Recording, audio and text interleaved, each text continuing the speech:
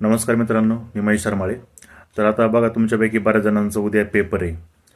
तर आता नक्की काय केलं पाहिजे बघा. सगळ्यात महत्त्वाचं, तुम्ही आता रिलॅक्स राहा. रात्री जास्तीत जास्त 9 वाजेपर्यंत तुम्हाला जे काही वाचायचे ते वाचा. रात्रभर जागत बसू नका. तसंच तुम्ही सेंटरला पोचलेले असालच, तर सोबत 2 पेन, पाण्याची बाटली, त्यानंतर तुमचं हॉल तिकीट, त्याची झेरॉक्स, तसेच तुमचं जे काय आयडेंटिटी कार्ड, म्हणजे तुम्ही आधार कार्ड नेलं आहे, पॅन कार्ड नेलं आहे, तर त्याच्या 2-3 झेरॉक्स काढून ठेवा आणि ते सॅकमध्ये किंवा तुमच्या जे काही बॅग असेल त्यामध्ये आत्ताच भरून ठेवा. सकाळी घाईगडबड नको. जरी पेपर 11ला असला तरी सकाळी तुम्ही तुमच्या रुटीननुसार उठा. आणि सकाळी सकाळी पण तुम्हाला जर काही वाचायचं असेल तर फक्त चालू घडामोडी वाचा. बाकी आणि गणित बुद्धिमत्तेचे फक्त फॉर्म्युले बघा.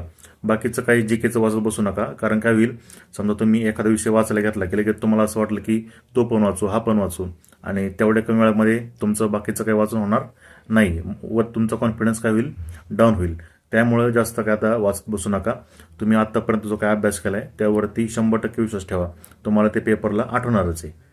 तर उद्या होणाऱ्या पेपरसाठी तुम्हाला सर्वांना माझ्याकडून हार्दिक शुभेच्छा. All the best. चांगला पेपर द्या. धन्यवाद.